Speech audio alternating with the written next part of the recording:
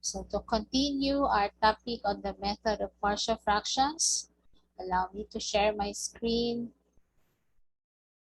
on case 2 or type 2 wherein our partial fractions are, shall we say, repeated linear factors, or our partial fractions after decomposition uh, contains repeated linear factors.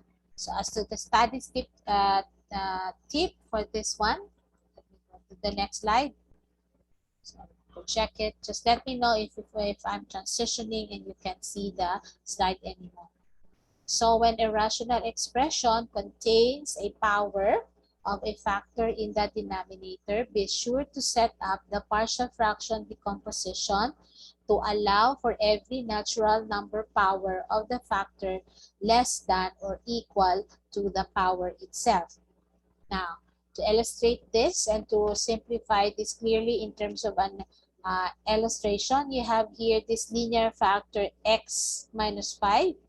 This is linear because x has an exponent equal to 1. We say this one is a repeated linear factor because the entire expression now is raised to 2. If this quantity x minus 5 has only an exponent which is equal to 1, it's not said to be repeated. But since its exponent is 2, this could even be 3 or higher, then we refer to this as a repeated linear factor. Now, this x cubed here can also be considered as a repeated linear factor in x. So in here, x, if it's just x, then it's a linear factor. However, if it's already x squared, x cubed, then we say the linear factor x is being repeated. Now, how do we decompose this original fraction that we have into its partial fractions? So first and foremost, we should have by the way, class, you can either write x cubed first here, followed by the quantity x minus 5 squared. So the order in which you represent the factors that you have in the denominator is immaterial. So whether this comes first or this one doesn't matter. Okay? Just like the linear factors, the numerator of our partial fractions are the unknown constants, or the unknown coefficients. In this case, we have 5, A, B, C, D, and E. How do we know that we will have 5 partial fractions? It is based on the degree of our denominator. Now, in here, we have second degree because if this is expanded, your x will be raised to 2. And this one, you have third degree.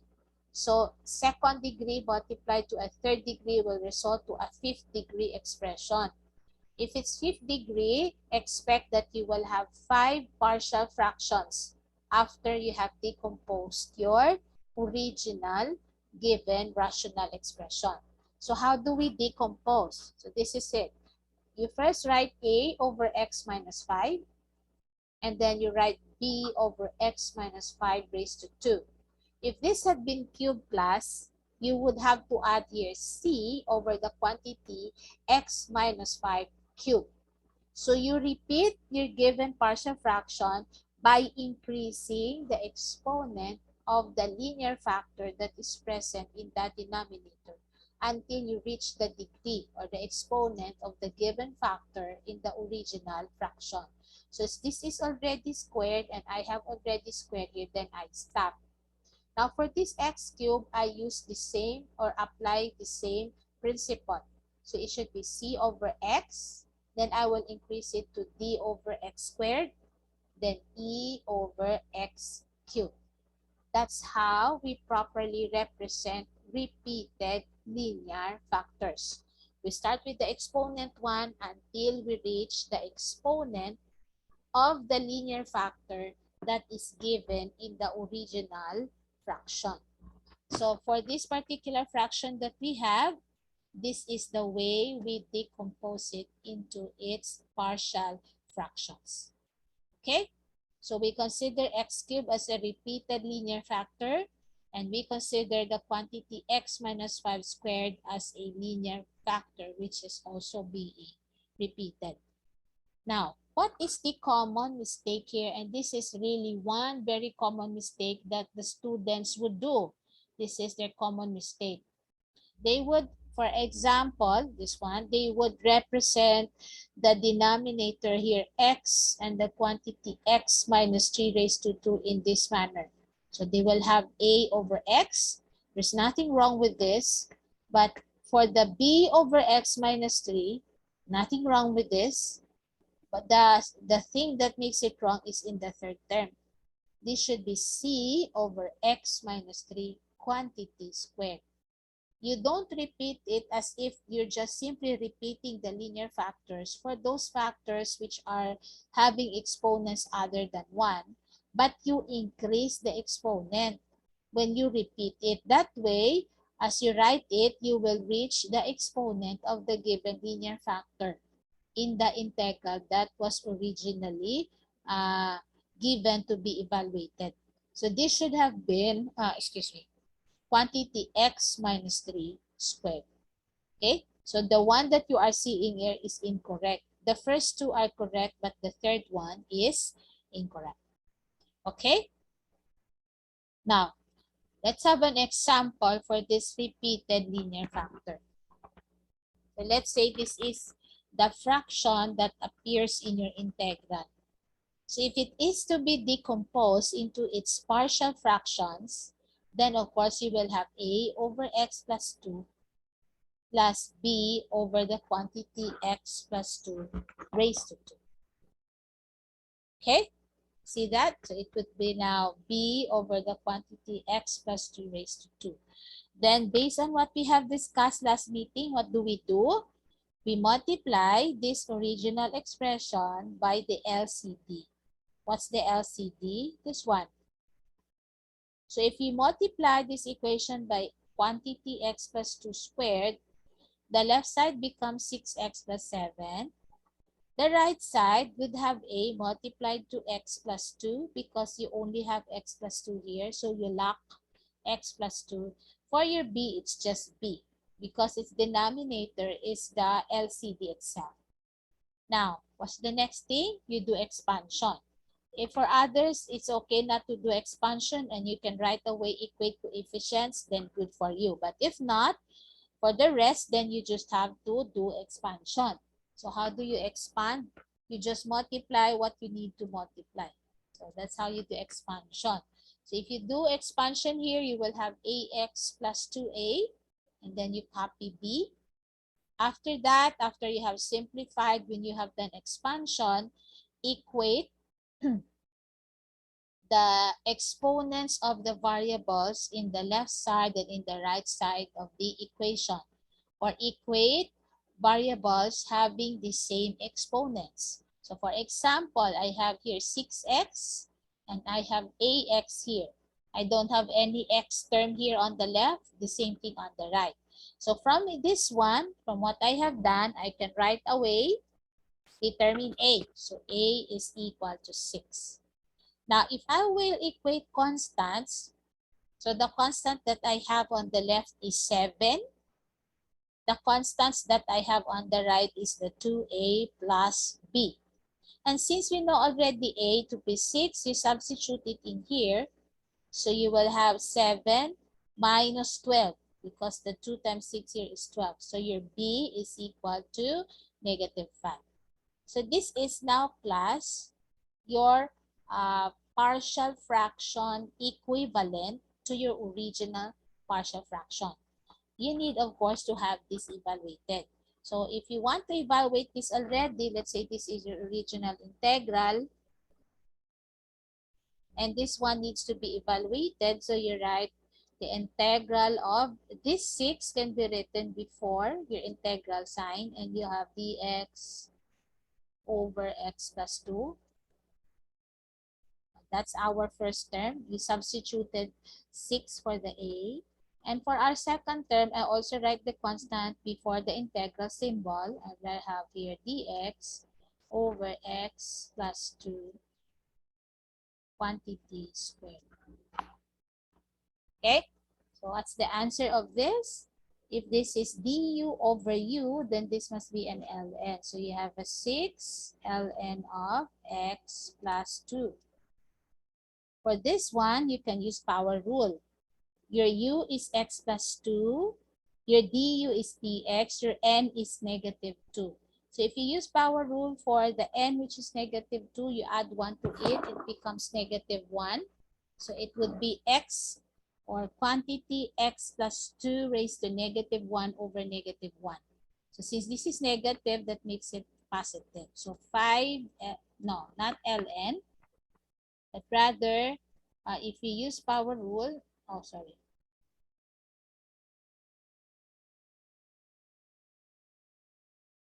If you use power rule here, you will have 1 over x plus 2. Of course, you need to add c, the constant of the integration. You have 1 over x plus 2 here because your answer for this one would be x plus 2 raised to negative 1 over negative 1. The reason why this one is now positive. So your original integral, which is this, is now having this answer. It's now evaluated with these answers. Do you follow? Do you have any questions?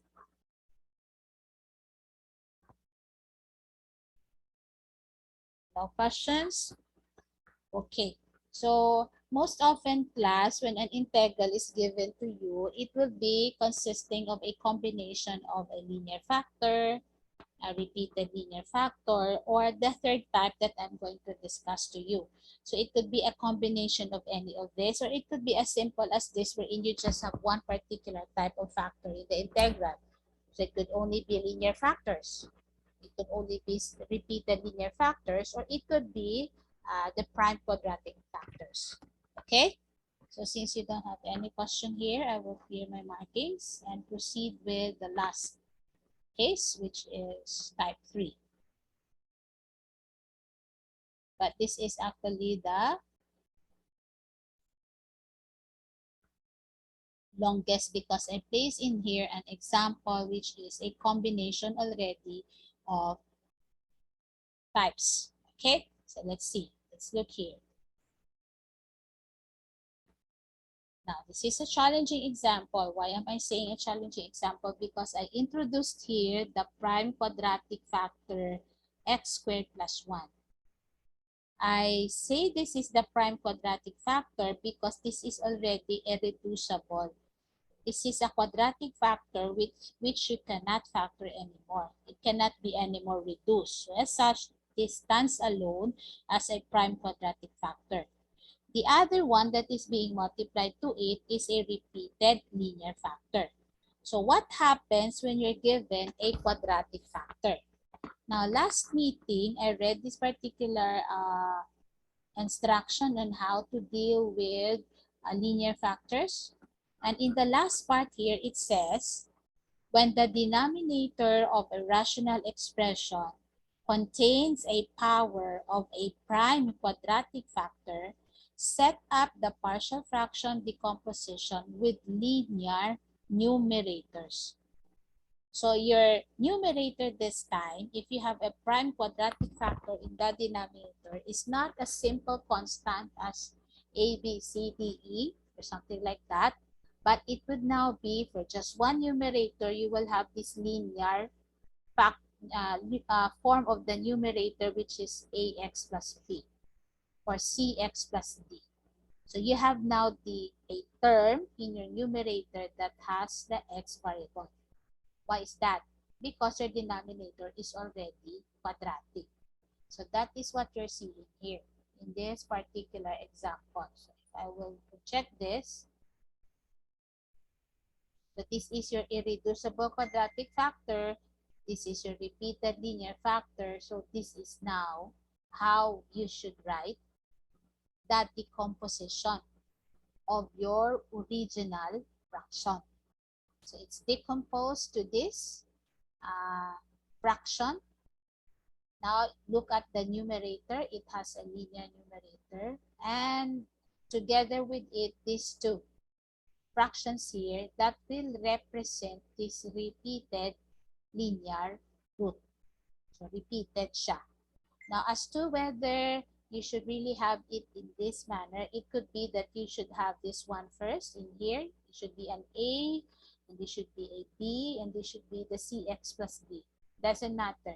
You will still be getting the same value of the constant, only with a different representation or different letter used to represent it. Okay? Now, after you have done this one, you have decomposed it properly to its equivalent partial fractions, you will have to do the procedures that were discussed last meeting. You will multiply this to the LCD. You will simplify the resulting expression. You will equate coefficients. You will find ABCD. You will substitute ABCD to the original partial fractions. And the last, of course, is for you to evaluate this integral, and this integral, of course, with A, B, C, and D known already. Now, in this slide, you will be seeing the procedure, but I want to show this to you in the Jamboard where I have done already the solution for this particular problem. Okay, so let me give, we'll stop sharing here momentarily so we can go to that particular item in the Jamboard, so I can go to the file. Just a few moments, class.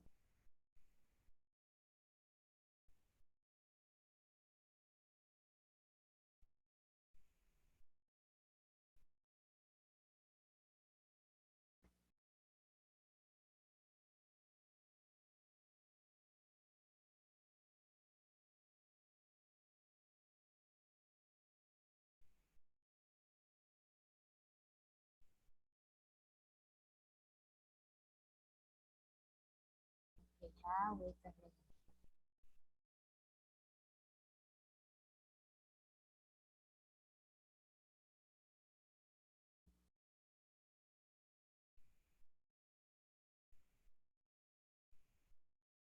Okay, here it is.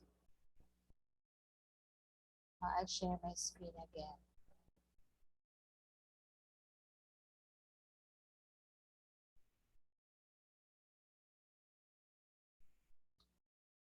Okay. I hope you can see already the Jamboard. This is our original fraction. And these are the partial fractions after we did decomposition. Okay? Then we multiply the equation, this equation, by the LCD. So this is the LCD. This is what you'll have. After which you simplify the equation. So if you will multiply this one by the LCD, you will be left with negative 2x plus 4. If you will multiply this fraction by this one, what you lack in here as the factor in the denominator is the quantity x minus 1 squared. So it's in here. The C here lacks this one. So you have x squared plus 1 and another x minus 1. And the D lacks the x squared plus 1 only, because the factor that you see here is already x minus 1 quantity squared. So this is already your equation. Okay, so feel free to interrupt me if you cannot follow. Now, in my case, when I have presented the solution, I did not anymore had it expanded. Meaning is, I did not multiply anymore each of the factors here to the thing that is present in the numerator. I simply let it as it is and just equate right away coefficients. That would save time. But in your case, if you cannot really do it by simple inspection, like mentally expanding this one, for example, and it would give you x squared minus 2x plus 1, then just mentally multiply this one to ax plus b and check what would be the corresponding coefficients of x cubed, x squared, x, and constant after you have done that. Okay, so in my case, I can do it, but in your case, if it's not possible, then have this expanded. Probably you will be adding here 2 more lines or 3 more lines. It depends on how you will simplify it. In my case, I'll try to explain it as clearly as possible and just equate coefficients right away. I'm always suggesting to my students that when you equate coefficients, you start with the highest exponent of the variable. So in our equation here, you will see that if you have done expansion, the highest variable will be the x cubed. Because this one is x squared and this is x. If I will multiply ax to this 3 here, I will have an x cubed term. The same thing with this one. So I will have an x cubed. So I started equating terms which has the x cubed. Okay? So on the left side, you see, I don't have an x cubed. So I place 0. On the right side, my x cubed is this one, the ax when multiplied to x squared. So I place here an a. I already took away the x cubed because anyway, I'm already equating x cubed. So I just write the a here. Now, if I will multiply x squared plus 1 here to quantity x minus 1 here, I will have another x cubed here, and it should be multiplied to c. So I place here plus c because it's a plus here. In here, I won't have an x cubed because this will simply be a dx squared plus d. So this is my equation 1. I can solve anything because I have 2 unknowns and nothing to equate it with. Okay, I hope you can follow. The next thing that you do, you equate for x squared. Still, I don't have an x squared here on the left. So it's a 0. Now in here, I can have an x squared when this one, you see this, the minus 2x here is multiplied to ax. So that would be negative 2ax squared, right? Now, there's another one that you will have. There's another one that I have missed, by the way. So you see this? If this x squared is multiplied to b, it should be a bx squared. So I should have a b in here. So what I'll do, I'll change now what I have written here and insert the b. So I'll place here. So I will not have to erase. Just change the font. I'll place here a b. So, but when I solve it originally, I haven't seen that this b, when multiplied to x squared, would also be a term that will have an x squared. So, I have now accounted for the b. Now, this x squared here, when multiplied to negative 1 here, will resolve to a negative cx squared. So, that is why I placed here negative c. For this d, when multiplied to x squared, that would be also a d. In this particular 2 factors that I have multiplied here, the only factor that will yield an x squared is this one multiplied to this. This one would just simply be an x. You get it? So this one multiplied would be x cubed, this one would be x squared, this one would be x, and that one would be negative 1. So we're now good to go with this. Okay, we go to x. For x, I have here negative 2. So I have here negative 2. What about the x in this side? So I can have this negative 2x multiplied to b. So that would be negative 2b. Okay? Now, in the middle term here, in this positive one, if this is already negative 1 times when this is already the expanded form, that would be 1 times ax. So that would be a. So this ax multiplied to 1, that would be giving me ax. This b, if multiplied to negative 2x, that would give me negative 2bx. So I place here negative 2b. The other terms here, let's see if we will have an x. In here, I have an x. This to be multiplied to c, so I have a c. In here, I don't have x because I only had a dx squared and a d. So this is my equation 3. Get it? Now the last would be the constants. So negative 4 for the left side, the negative sign here, negative 4. In here, I will have a constant because this 1 multiplied to b will yield me a constant b. This negative 1, the product of these two when multiplied to c will be negative c. This d times 1 would be a d. Now I have 4 unknowns, a, b, c, d. I have 4 equations. So the rest would be your algebra. Okay? So we will try to solve this one using algebra. So if you look intently to this one, can you, if you have your cell phones there aside from your laptop or desktop computer, you can take a picture. That way you can suggest to me what particular equations we need to work through.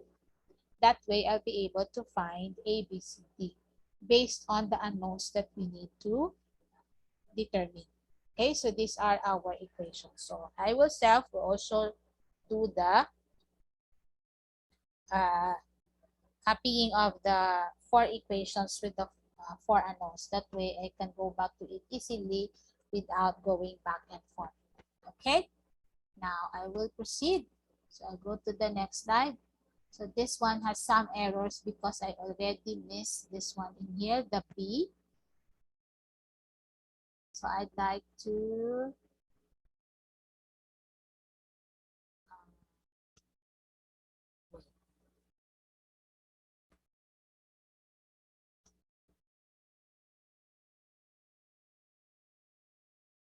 clear the frame. Here it is. So now it's clear. Let me check on the next screen.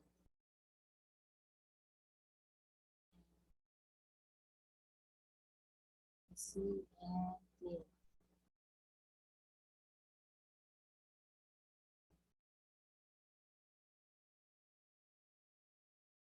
None anymore. Okay, so this is our working equation, the 4 working equations. So what do you think would be the equations that I can work pair by pair? That way I can solve for A, B, C, and D. Any suggestion?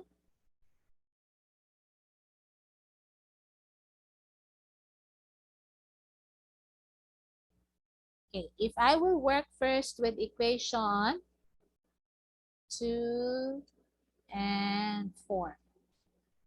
Let's see what will happen if I work on equation 2 and 4. Okay, go back to my black ink.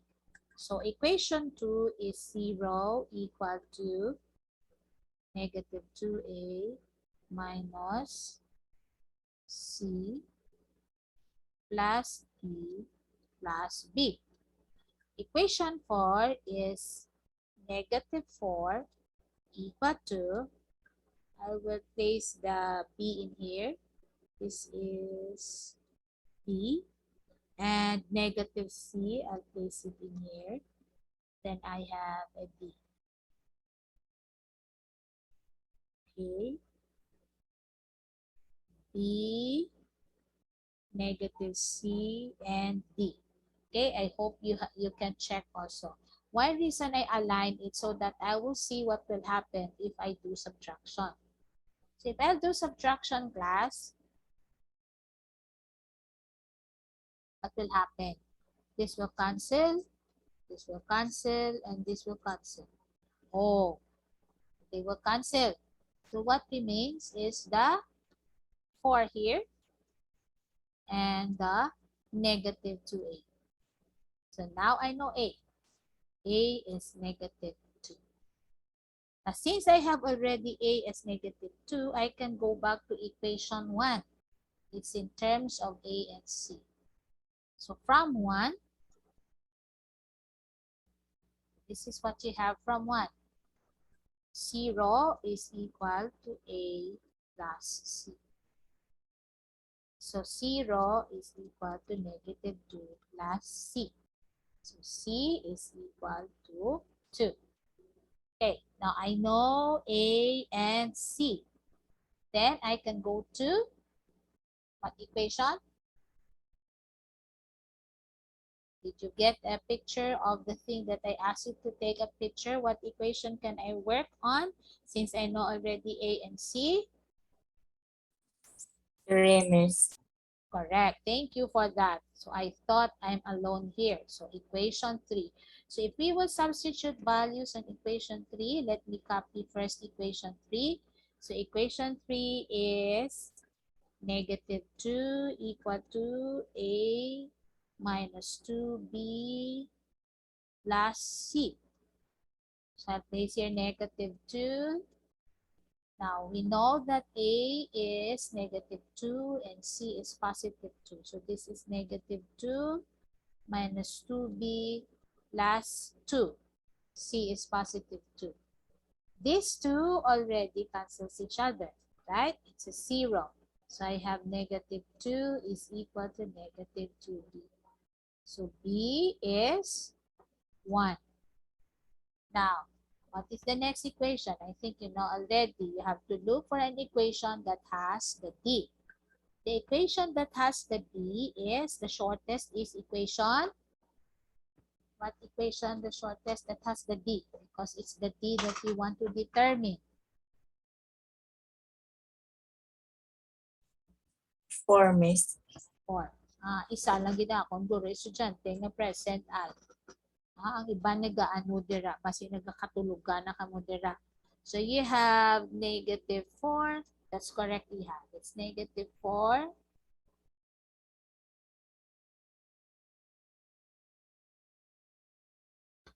So you have negative 4 is equal to B minus C plus D. So negative 4 is equal to 1 minus 2 because C is 2 plus D. Negative 4 is equal to negative 1 plus D. So D is negative 3. Now, I know already A, B, C, and D, so I can go back to my, shall I say, decomposed fraction. So I'll write it here on the next slide. So therefore, the integral that we have, which is negative 2x plus 4 all over x squared plus 1 times the quantity x minus squared, x minus 1 quantity squared is now. So your first integral will be ax. So I have here ax plus b. I'll just copy it so you will have a basis. X squared plus 1 dx. The next integral is c dx over x minus 1. The next is d dx over the quantity x minus 1 squared. Okay. Now, I will substitute now the unknown constants that we have determined. So, for A, our A is negative 2x. Here. Our B is 1. Okay? So, I place here plus 1 over x squared plus 1. This is dx. Now we go to the next. What's our c? It's positive 2. So since it's positive 2, I will just write it here before the integral symbol. And I will have dx over x minus 1. As for the d, what's our d? It's negative 3. The same way, I'll place it before the integral. And I'll have here dx over the quantity x minus 1 quantity squared. Now, this integral that you have here has to be evaluated separately. I mean, this will be a separate fraction and this will be another separate fraction. I'll do that. If I'll do that, I will have integral of, I'll place the negative sign here for, and you'll have here 2x dx over x squared plus 1. The other integral is just dx over x squared plus 1. This one is a what? It's an ln, du over u. If you differentiate x minus 1, that would be dx. So it's an ln. So you will have plus 2 ln of x minus 1. Now this one will be using power rule again, because your u here is x minus 1. the du is dx. The n is -2. So the resulting answer for this is actually x minus 1 raised to -1 over -1 using power rule. So since it's over -1, this becomes positive now. So I'll place here 3, and the x minus 1 raised to -1 will be now written in the denominator, plus c. Now, I have not yet determined the answer to this. Now, if this is your denominator, and you have 2x in the numerator, this would also be an ln. If this is your u, the du is 2x dx. So then this is also an ln. So I'll write here negative ln of x squared plus 1. This one will yield the inverse trigonometric function tangent. Why? Because this is comparable to 1 plus u squared, only that it's written in another manner. But in addition, the order of adding is immaterial, doesn't matter. So you have here 1 plus x squared, or x squared plus 1. Your answer here will be arctan of u, which is x. You have here 2 ln of x minus 1 plus 3 over x minus 1 plus c. Okay? This is the answer to your integral. Now, let me get a picture again. This could be simplified, class. But before I simplify the final answer, do you have any questions?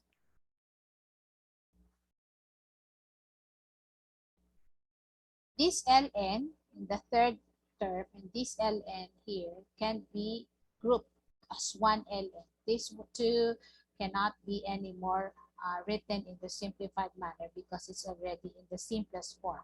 So I'll go to the next slide. I'll write here the negative of the integral of 2x plus 4. I just wrote the negative sign before it. X squared plus 1 over x minus 1 quantity squared is equal to, okay, I'll write first this arctan and this. So the arctangent of x and the second one, which is, where is it? 3 over x minus 1. Now, I'm teaching you how to simplify because in the exam, you will be provided with choices. What if you don't see this answer among the choices? The provided choices are already simplified, so it will be a big headache for you. Why is it that you're doing everything right? Why is it that my answer is not found on the choices? Maybe there's a need for you to simplify. Now, you see this negative here. You've learned in your calculus last sem that whenever an ln is subtracted from another ln, it's a division process.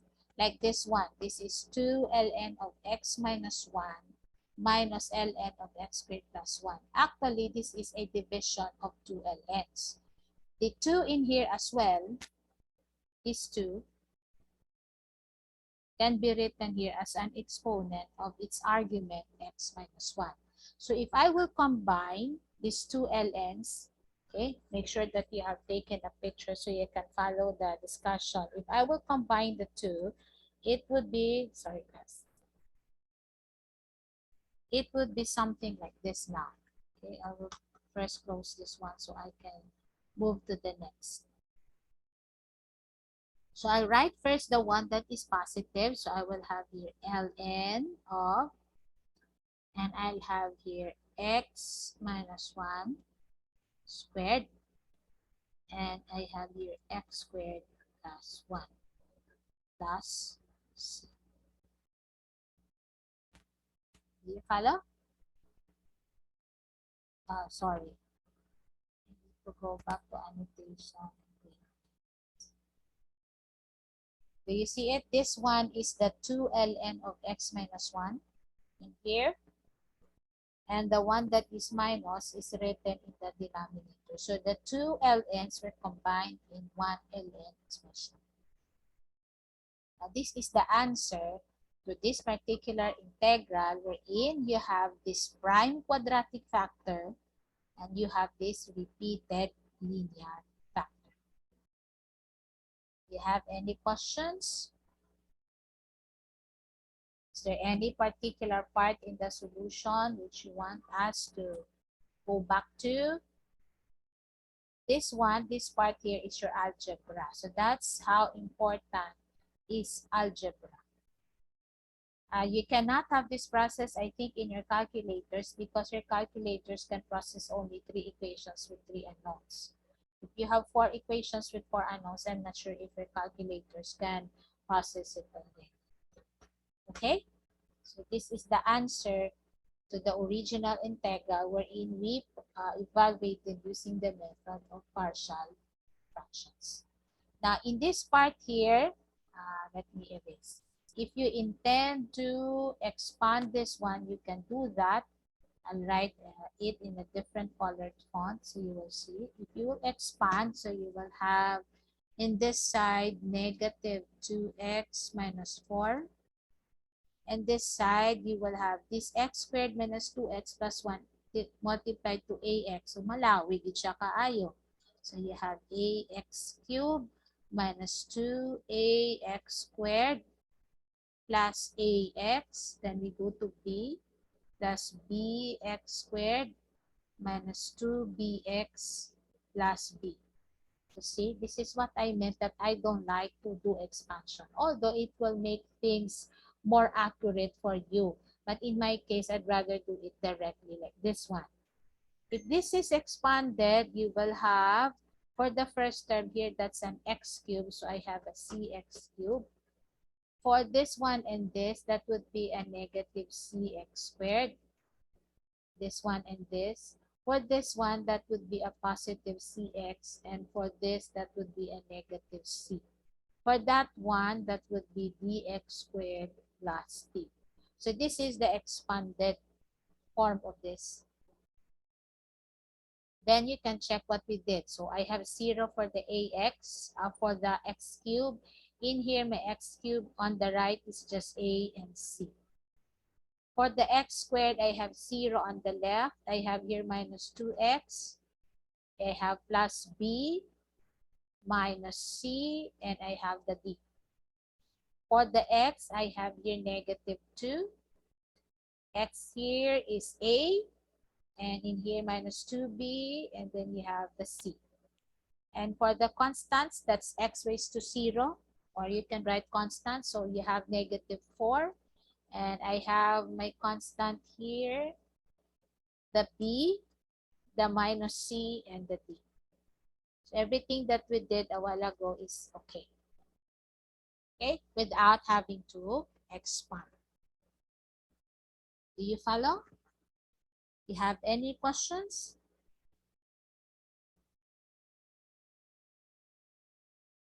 Okay, so if there's none, I'll stop sharing momentarily. We'll go back to our slide just to show to you that we are already on the last part.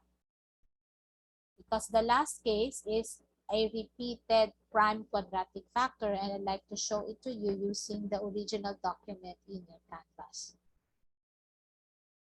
Okay, I'll stop sharing for now. There aren't any questions. So I'll share now the document where we have case 4 for the repeated prime quadratic factor. Can you see already the document? Case 4? Okay. Your denominator contains a repeated prime quadratic factor. So this example was chosen because that way you can follow through the principle without having it combined with other factors. So you see your quadratic factor, your irreducible quadratic factor here, x squared plus 1, is repeated because it's already raised to 2. Okay? You can also have cases like this, class. You cannot simply isolate it to this type. You can even have like this, like x squared plus 2x plus 5, something like that. So this is an irreducible quadratic factor because this cannot be anymore factored. And let's say this is squared. So this is a repeated prime quadratic factor now.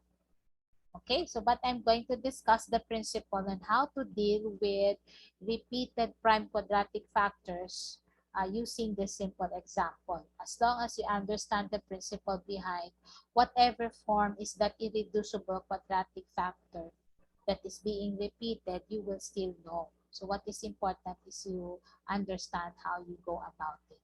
Okay, so let me use this example. So since you have here a repeated quadratic factor, if this is not raised to 2, your partial fraction would only constitute of this single fraction, which you can later on split into 2. Okay, you have the quadratic factor here, and you have the linear numerator here. And since it is repeated, you apply the same principle with repeated linear factors. And what is the principle? You repeat the fraction and you increase the exponent of this particular factor that you have. In that case, in case 2, that's linear. In here, it's quadratic until you reach the exponent that is indicated in the given fraction. So in this case, it is x squared plus 1 squared. Now, if, for example, this is 3, you should have here another 1. So if you have, let's say, for example, that's not a 2, it's a 3. So you should have here an ex plus f. And you will have here quantity x squared plus 1, this time raised to 3. The same principle that you have used when you're dealing with repeated linear factors. So they only differ in the form of the numerator. Okay, so I will clear my markings here. So if you have that, the same procedure will apply. You will multiply both sides of your equation by the LCD, and this is your LCD. So the left side would be something like this, and the right side with, of course, the ax plus b here needs to be multiplied with 1x squared plus 1, because this one is just x squared plus 1, not x squared plus 1 quantity squared. The cx plus d stays. Okay? If you expand what you have here on the right side and arrange it in decreasing exponents of x, so you have it in here. So you have ax cubed. If this is expanded, actually you will have ax cubed plus ax plus bx squared plus b. Okay, so we just arrange it in increasing powers of x. So we have ax cubed followed by bx squared. Then in here we have the ax with the x. And in here you have the cx with the x. So these two are grouped together and then multiplied by x. That way it's now simple when we equate coefficients. In here your constant is b. It's grouped together with the d.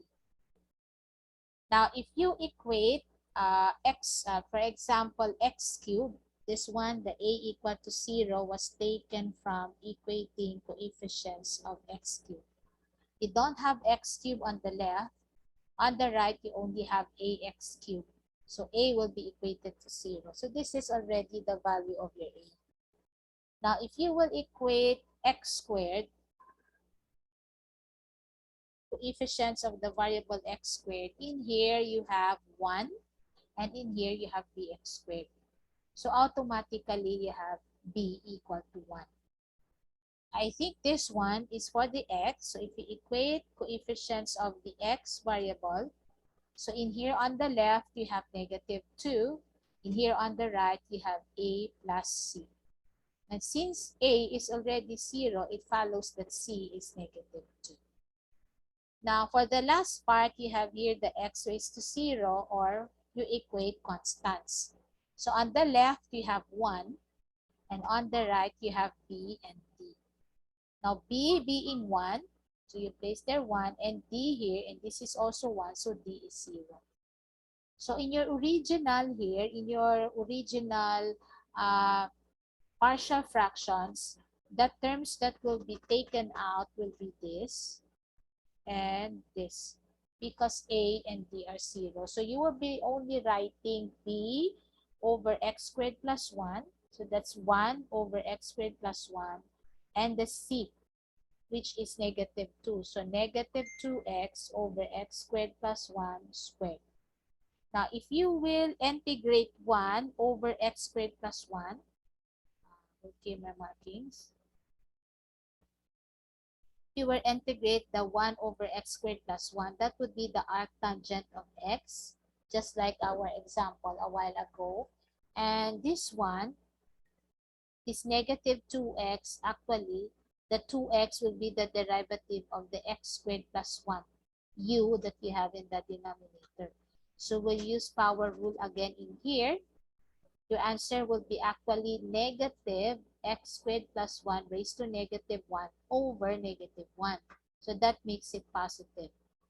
And it's now 1 over x squared plus 1 plus c. So this is how you apply the principle of the repeated linear root to the repeated prime quadratic factor. You also repeat the quadratic factor itself, and the numerator will be just the same if you have a non-repeated prime quadratic factor. Do you have any questions? Do you have any questions? There's none? Now, if you're going to, thank you for that. If you're going to look through the rest of the documents class, there is this, the use of partial fractions for transcendental functions. If you have the time, you can read this one. You just change the transcendental functions to the u, and now after that, you have this form already. You have this form already, then you go back to case 1, wherein you have your linear factors. You just assign a new variable, any variable that you'd like for this transcendental function that we have. So the cosine of x dx will be the du. Okay, this is an extension of the method of partial fractions if you are not given polynomials in your numerator and the denominator, but in this case you have transcendental function. The transcendental function here is the trigonometric function. Okay, and another application of the method of partial fractions here is the Weierstrass substitution. The Weierstrass substitution that will be using also the method of, I think in here you have, let's see, this one. So more or less method still of partial fractions if your numerator cannot be simplified. But in this case, it can be simplified to, you have this one, 2w over 1 plus w. This can be simplified using division, right? Degree of numerator is equal to the degree of the denominator. So you need to first do long division. But the Weierstrass substitution is already as an extended topic under techniques of integration. I intend not to discuss it anymore, but if you have the time, please check on it, because probably later on in your professional subjects, you will have a much needed application of this one. I think in terms of differential equations, since I am also teaching differential equations, the method of partial fractions would suffice. This one will simply be using substitution together with the identities that are being used in here. So please read if you have the time. Okay? And practice solving. Solve your problem sets, that way you prepare well for your exam next week. Stop sharing for now.